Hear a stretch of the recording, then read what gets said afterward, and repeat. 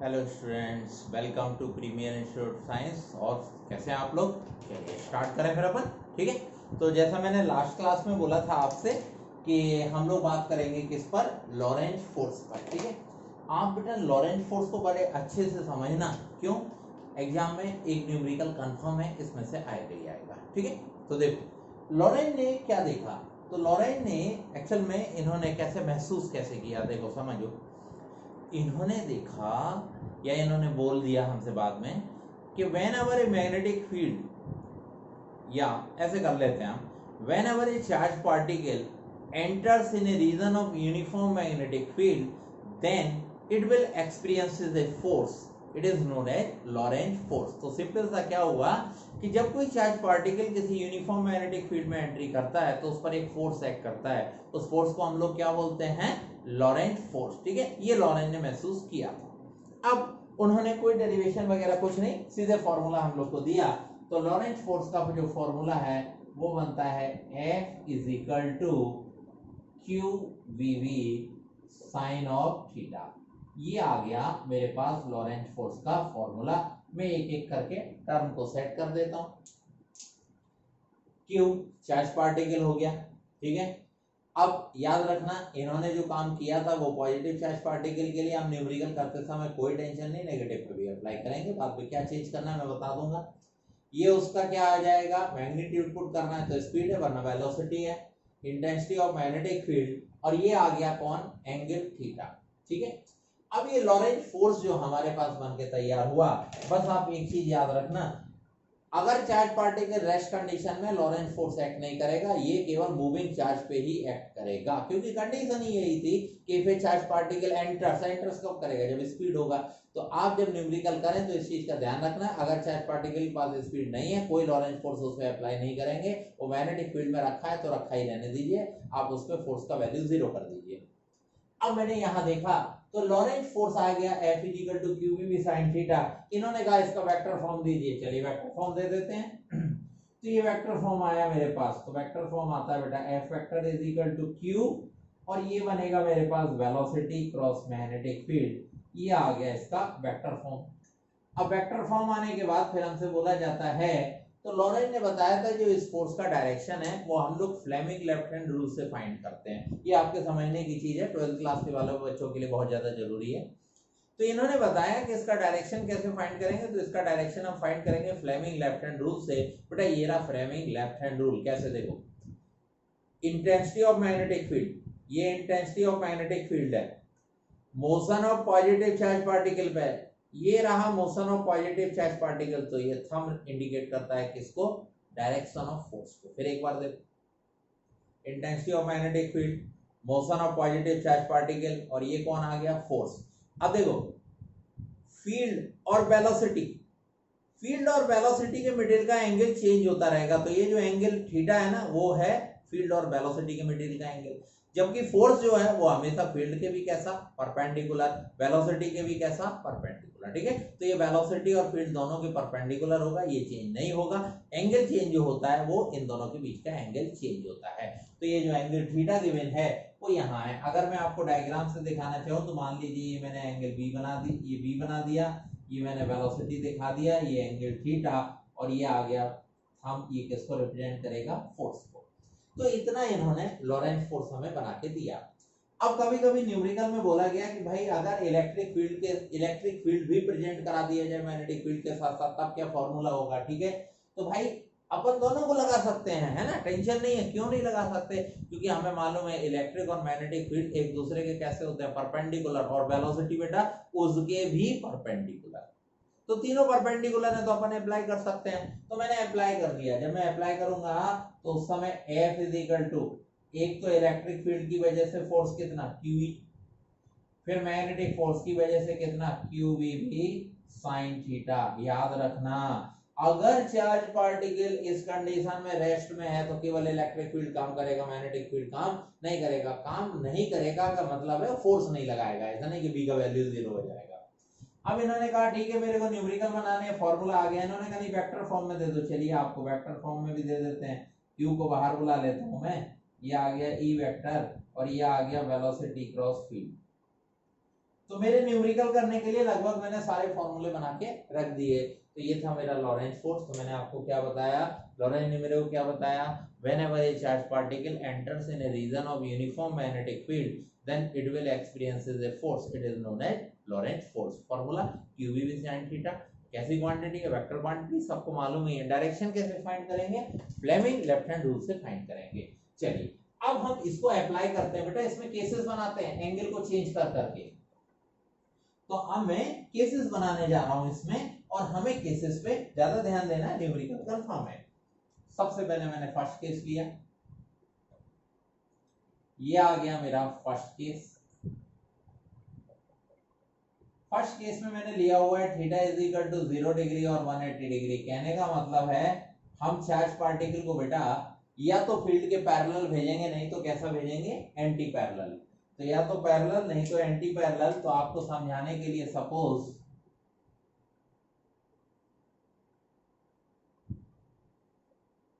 मैंने यहाँ मैग्नेट रख दिया बेटा, मैग्नेटिक एनपोल लिया, मैग्नेटिक एसपोल लिया, तो ऑटोमेटिक ये आ गया मेरा direction of intensity of magnetic field. क्योंकि मैग्नेटिक लाइंस ऑफ फोर्स जाती हैं कहां से कहां, ये जाती हैं एन टू एस, तो एन पोल एस पोल। अब आप कहना चाह रहे हैं कि अगर आपके पास थीटा 0 है तो ये जो चार्ज पार्टिकल है वो फील्ड के कैसा मूव करेगा, पैरेलल। और आप कहना चाह रहे हैं कि अगर 180 डिग्री है तो कैसा मूव करेगा, एंटी पैरेलल। बेटा किसी भी में पुट कर लो, F is equal to QVV sin 0। देखो अगर मैं 0 पुट करता हूं तब भी वैल्यू क्या बनेगी, 0। अब मैं अगर 180 पुट करूंगा तब भी वैल्यू क्या बनेगी, 0। इसका मतलब है अगर ये पैरेलल या एंटी पैरेलल मूव करेंगे तो इन पर लगने वाला लॉरेंज फोर्स क्या होगा, 0। अब ऑब्जेक्टिव समझते जाओ, अगर फोर्स 0 है तो इसमें क्या एक्सेलरेशन आएगा, नहीं आएगा। एक्सेलरेशन नहीं आएगा इसका मतलब ये सेम स्पीड से मूव करेगा ना। एक्सेलरेशन नहीं आया मतलब ये कैसे मूव किया, सेम स्पीड से, ठीक है, अच्छी बात है। एक्सेलरेशन नहीं आया, ये सेम स्पीड से मूव कर गया। अब सेम स्पीड से मूव करने के साथ साथ मेरे को क्या ध्यान रखना पड़ेगा, बेटा फोर्स नहीं है तो डायरेक्शन भी तो चेंज नहीं होगी ना। फोर्स नहीं है तो डायरेक्शन भी चेंज नहीं होगी। तो मैं ऑब्जेक्टिव में क्या लिखूंगा, it will move with the same speed in the same direction. ठीक है, तो आपका ऑब्जेक्टिव बना if theta is equal to 0 degree और 180 degree then it will move with the same speed in the same direction. Force 0, acceleration 0, velocity same. ठीक है, velocity same मतलब direction भी सेम और मैग्नीट्यूड भी सेम। तो ऐसे करके बेटा मैंने फर्स्ट केस सेट किया आपके लिए। अब फर्स्ट के बाद मैं आता हूं सेकंड केस पे, तो इसको ऐसे सेट कर देता हूं मैं आपके लिए।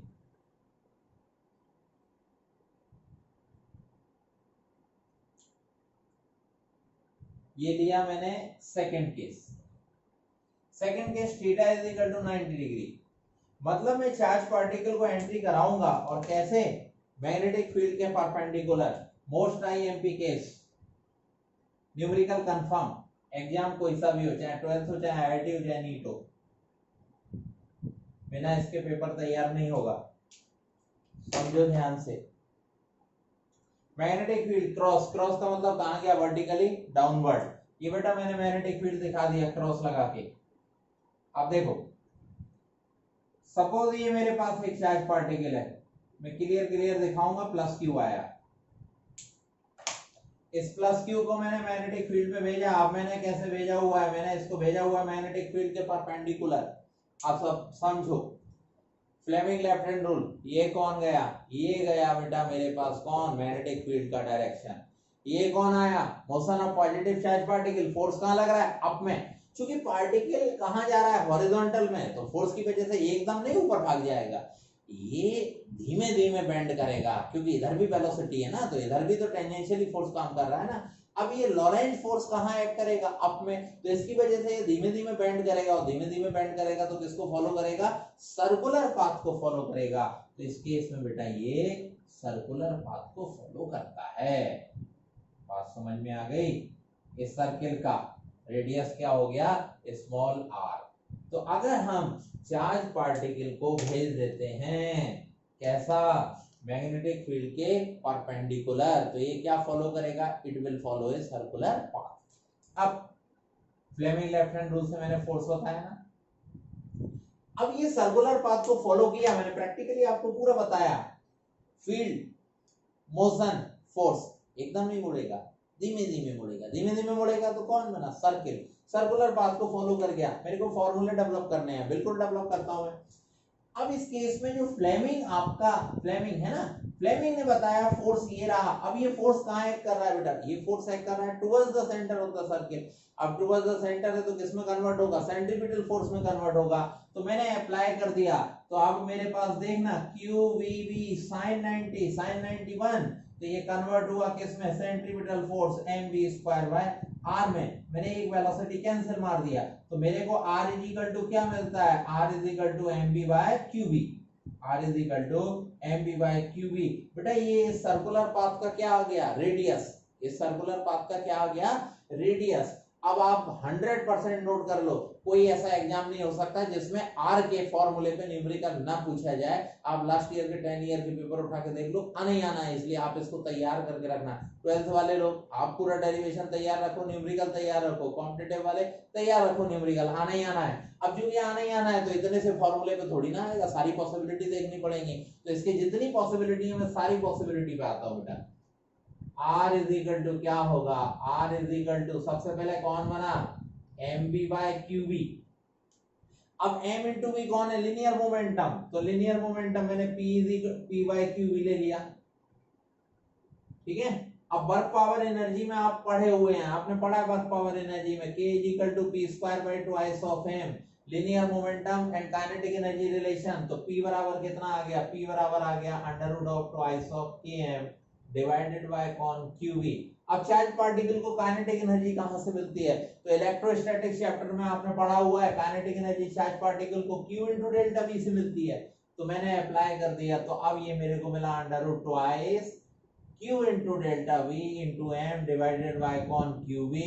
अब ये फाइनली तैयार हो चुका है आपके लिए मोस्ट इंपोर्टेंट फॉर्मूला।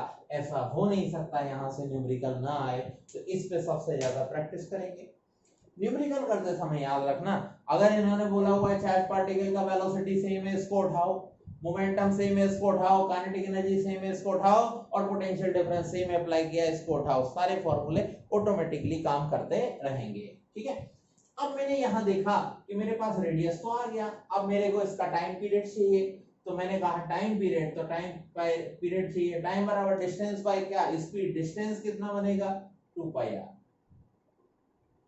अब यहां कौन आ गया, स्पीड, मैंने अप्लाई कर दिया, तो ये मेरे पास आया 2 पाई बाय बी। आर का वैल्यू मैं पुट कर रहा हूं भाई, m b by q b. ये मेरे पास कैंसिल, तो time period t is equal to क्या बनेगा, 2 pi m by q B.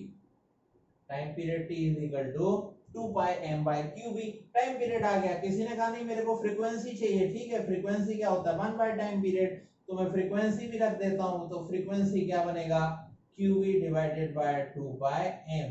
इससे रिलेटेड जो भी न्यूमेरिकल बन सकते हैं उनके फॉर्मूले में डेवलप करते जा रहा हूं धीमे धीमे। r का किया बेटा, टाइम पीरियड का, फ्रीक्वेंसी का, ठीक है। अब आपको याद होगा जो 12th वाले स्टूडेंट हैं वो अच्छे से रीड करेंगे बुक में, आपको बेटा मिलने वाला है साइक्लोट्रॉन, ठीक है।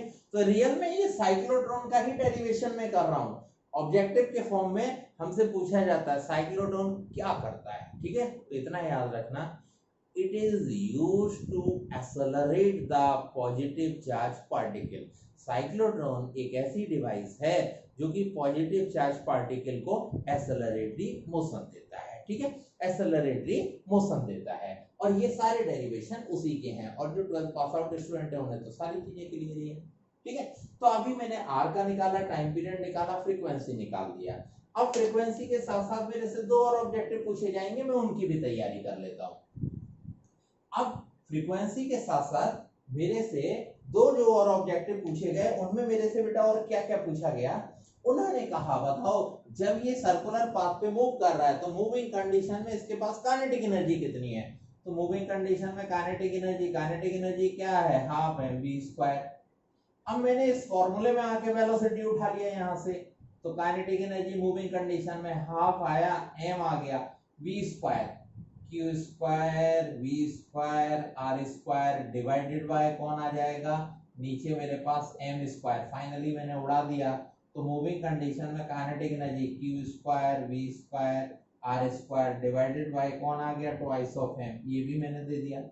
फिर एक बार पूछा गया कि भाई मूविंग कंडीशन में इस पे फोर्स कितना लग रहा है, तो आपको मालूम है ये काइनेटिक एनर्जी जो वर्क है, वर्क का मतलब फोर्स इनटू डिस्प्लेसमेंट, तो मैं एक r कम कर देता हूं बस इसमें से। तो मैंने F इक्वल टू क्या किया, एक r इस फॉर्मूले में से कम कर दिया, तो रिमेनिंग पोर्शन फोर्स बचा, तो ये बना q square v square r divided by कौन, ट्वाइस ऑफ m। ऐसे करके मैंने सारे फॉर्मूले यहां से आपको डेवलप करके दे दिए, ठीक है। तो ये मेरा सेकंड केस था। अब मैं चलूंगा बेटा थर्ड केस पे, ठीक है। सेकंड मोस्ट इंपोर्टेंट था, इसलिए मैंने फुल्ली एक्सप्लेन कर दिया, कुछ भी नहीं छोड़ा उसमें, बस आप इसी पे न्यूमेरिकल बना लो, आपका काम हो चुका है, ठीक है। अब लिया मैंने थर्ड केस। सेकंड केस में सर्कुलर पाथ आया था, फर्स्ट में स्ट्रेट लाइन आई थी, theta not is equal to 0 degree, 180 degree और 90 डिग्री। अगर इनमें से कुछ नहीं होगा तब क्या होगा, समझाने के लिए अलग डायग्राम, थोड़ा सा एनसीईआरटी बुक से डिफरेंट है, इसमें समझने में ज्यादा अच्छा लगेगा आपको। ये एन पोल एस पोल सबको क्लियर, ये आ गया मेरे पास मैग्नेटिक फील्ड का डायरेक्शन, समझो। मेरे पास एक पॉजिटिव चार्ज पार्टिकल है, एंट्री करा रहा हूं मैं उसे v वेलोसिटी से, ठीक है। अब देखो, जब बेटा मैं इसे एंट्री कराऊंगा, इसको एंगल बनाना है किसके साथ, फील्ड के साथ। जब इसको एंगल फील्ड के साथ बनाना है तो ये एंगल कौन, थीटा, तो इधर कौन आएगा, v cos थीटा, इधर कौन आएगा, v sin थीटा। अब क्या होगा, v cos थीटा इसे ऊपर ले जाने की कोशिश करेगा अप में, और v sin थीटा इसको आगे हॉरिजॉन्टल में ले जाने की कोशिश करेगा। दोनों के कंबाइंड इफेक्ट की वजह से ये हेलिकल पाथ को फॉलो करेगा, स्प्रिंग जैसा। भाई देखो, आगे भी जाएगा और ऊपर भी जाएगा, तो आगे और ऊपर, तो ये फाइनली ना हेलिकल पाथ को फॉलो करेगा। तो हम लिख सकते हैं it will follow helical path. Helical path मतलब स्प्रिंग जैसा पाथ, ठीक है। तो इस केस में एक तो मेरा ऑब्जेक्टिव यही बना कि पाथ कैसा होगा, तो it will follow A helical path, है ना, लिख देता हूं मैं, ये बना helical path. Helical path spring जैसा। अब जैसे मेरे को r का वैल्यू चाहिए, तो कोई डेरिवेशन की जरूरत ही नहीं बेटा। कैसे, अभी का याद करो, r इक्वल टू क्या था, mv बाई qb ना। याद करो, रेडियस डेवलपमेंट में कौन सा कंपोनेंट काम आएगा, तो रेडियस डेवलपमेंट में कौन सा कंपोनेंट काम आएगा, हॉरिजॉन्टल। हॉरिजॉन्टल कितना है, v sin थीटा, तो v के साथ में क्या लिख दूं, sin थीटा। मेरा r का फॉर्मूला आ गया, मेरे को कुछ नहीं करना, r आ गया बेटा मेरा, ठीक है। अब मेरे को चाहिए इसका क्या, टाइम पीरियड, तो ठीक है, टाइम पीरियड अभी निकाला ना, t इक्वल टू क्या, 2 पाई m डिवाइडेड बाय कौन, qb, एज इट इज आ गया। भाई यहाँ थोड़ी ना वेलोसिटी काम कर रही है, और वेलोसिटी के अलावा कुछ भी चेंज नहीं हुआ। किसी ने कहा मेरे को फ्रीक्वेंसी चाहिए, तो ठीक है भाई, रिवर्स कर दिया, qb डिवाइडेड बाय कौन, 2 पाई m, लो मैंने फ्रीक्वेंसी भी दे दी बेटा। अब किसी ने कहा कि, अब किसी ने क्या कहा, ये नई चीज है आपके लिए, समझनी पड़ेगी बेटा। इस डिस्टेंस को पिच बोलते हैं, यहाँ पे इसको बोला जाता है पिच। अब ये पिच मेरे को कैलकुलेट करनी है, तो पिच, पिच का मतलब वर्टिकल डिस्टेंस है ना, एक राउंड में कवर की गई, तो एक राउंड में कवर की गई डिस्टेंस को हम पिच बोलेंगे। तो डिस्टेंस बराबर स्पीड इनटू टाइम। अब इस केस में स्पीड कितनी है मेरे पास, v cos थीटा, टाइम एक राउंड का, तो पिच इज इक्वल टू बनता है बेटा v cos theta into t। अब यहाँ के सारे फॉर्मूले डेवलप हो चुके हैं, ठीक है। तो हम लोग कह सकते हैं कि Laurent force on A charge particle हमारा कंप्लीट हुआ, ठीक है। अब हुआ क्या, इतना करने के बाद लॉरेंट ने कहा कि भाई चार्ज पार्टिकल जब मूव करेगा तो क्या डेवलप करेगा, भाई चार्ज पार्टिकल मूव करेगा तो करंट डेवलप करेगा, नो डाउट करंट डेवलप होगा। तो उन्होंने कहा एक काम करते हैं, Laurent force on a current carrying wire भी बना लेते हैं, ठीक है, बना लो भैया, ठीक है। तो अब नेक्स्ट आ गया,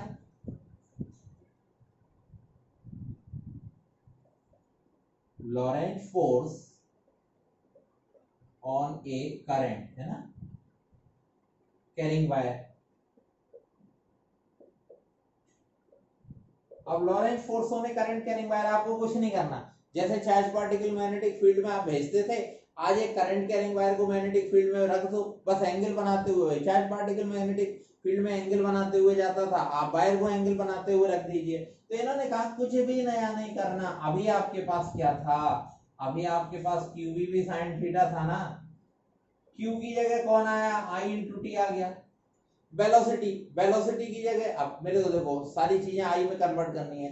अब वेलोसिटी, अब वेलोसिटी, वेलोसिटी का मतलब इस मैग्नीट्यूड ऑफ स्पीड बना, अब क्या बनेगा, डिस्टेंस बाय टाइम, डिस्टेंस का मतलब लेंथ ऑफ द वायर, तो क्या बनेगा, length of the wire divided by time into कौन आ गया, p sin थीटा, उड़ा दिया बेटा।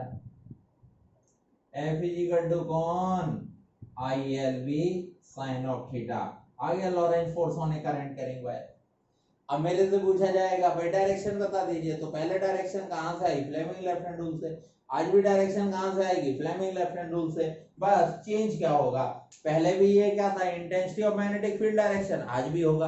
पहले कौन था, motion of positive charge particle, आज ये करंट बन जाएगा, क्योंकि पॉजिटिव चार्ज पार्टिकल जहां जाएंगे वहां कौन बनेगा, करंट। ठीक है, तो ये बन गया करंट, और ये कौन बन गया, फोर्स। अब देखो फोर्स फील्ड के परपेंडिकुलर, करंट के परपेंडिकुलर, जबकि फील्ड और करंट अपना एंगल फॉर्म करते रहेंगे।